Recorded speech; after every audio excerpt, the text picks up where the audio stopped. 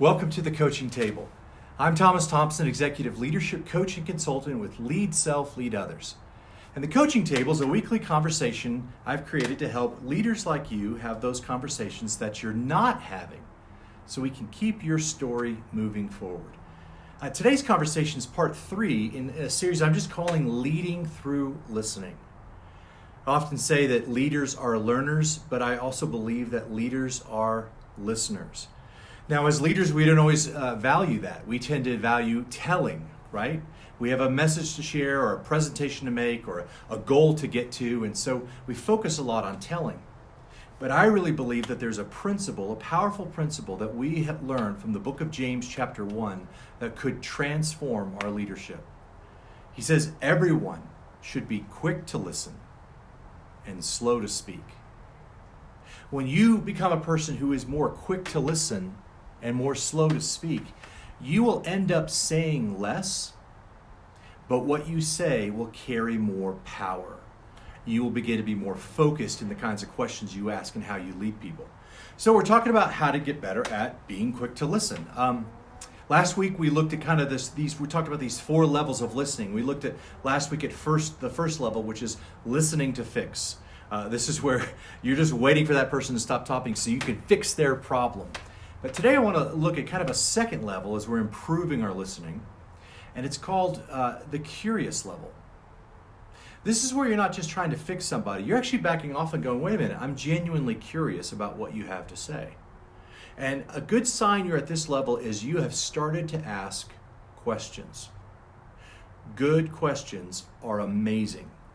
Jesus used them so skillfully that there are questions that Jesus asked that I read 30 years ago I'm still trying to answer. They're so powerful and deep. Now this is a good level to be at because you're probably about 50%.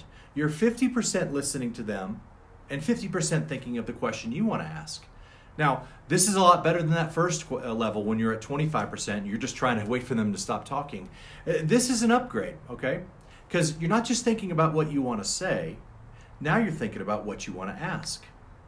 But here's the pitfall. When we're not quick to listen, we're not asking good questions. We're asking questions that don't really have that thought and that gravity that comes from listening well. Last week, a friend of mine shared with me this proverb, Proverbs chapter 20, verse 5. Please look it up. It's so good in different translations.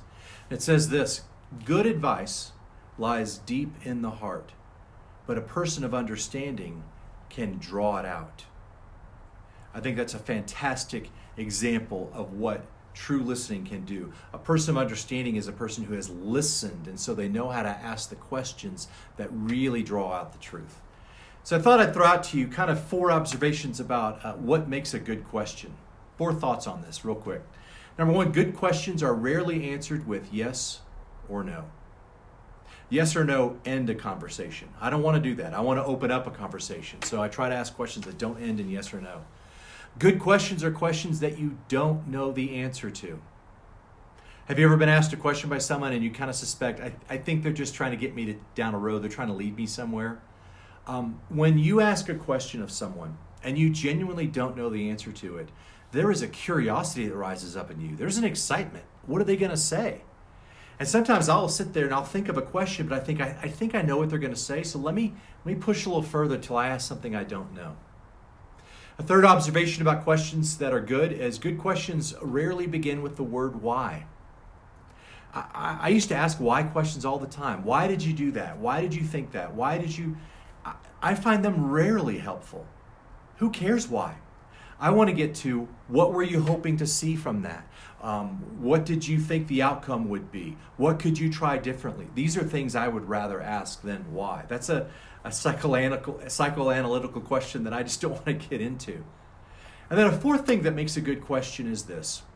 A good question is one that when you ask it, the other person pauses to answer. When you ask a good question and someone actually goes, oh, I don't know, let me think for a second. You kind of see them rock back like they've been pounded with a great question. That's because you asked a great one and they're thinking about it. And here's, of course, a good tip. Good questions sometimes get the response, that's a good question.